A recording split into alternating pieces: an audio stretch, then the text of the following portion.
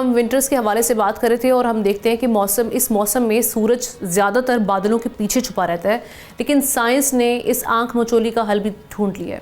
یہ تصور ہے کہ ایک ایسے سورج کا جو آسمان پر نہیں زمین پر روشن ہوگا۔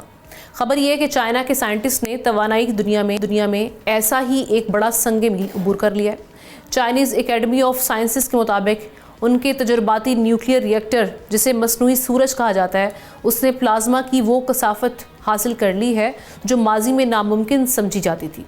یہ کامیابی فیوژن انرجی کی راہ میں حائل ایک بڑی سائنسی رکاوٹ دور ہونے کے مترادف ہے۔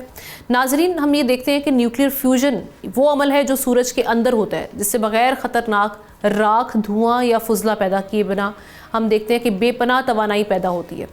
مسئلہ ہمیشہ یہی رہا ہے کہ زمین پر اس عمل کو کنٹرول کرنا انتہائی مشکل تھا، مگر چائنا کے مصنوعی سورج نے 1000 سیکنڈ سے زائد چلنے کا ریکارڈ قائم کیا، جسے فرانس کے سائنٹسٹ نے توڑ دیا۔ اب چائنا کی مزید پیش رفت اس بات کا اشارہ ہے کہ توانائی کا مستقبل شاید ایندھن نہیں، سائنس طے کرے گی۔ اور سوال یہ ہے کہ کیا فیوژن انرجی سے واقعی توانائی کا مسئلہ ہمیشہ کے لیے حل ہو جائے گا؟ اس خبر کے حوالے سے کامنٹ سیکشن میں جا کے آپ اپنی رائے کا اظہار کر سکتے ہیں۔ سبسکرائب کریں اور بیل دبائیں تاکہ کوئی خبر رہ نہ جائے۔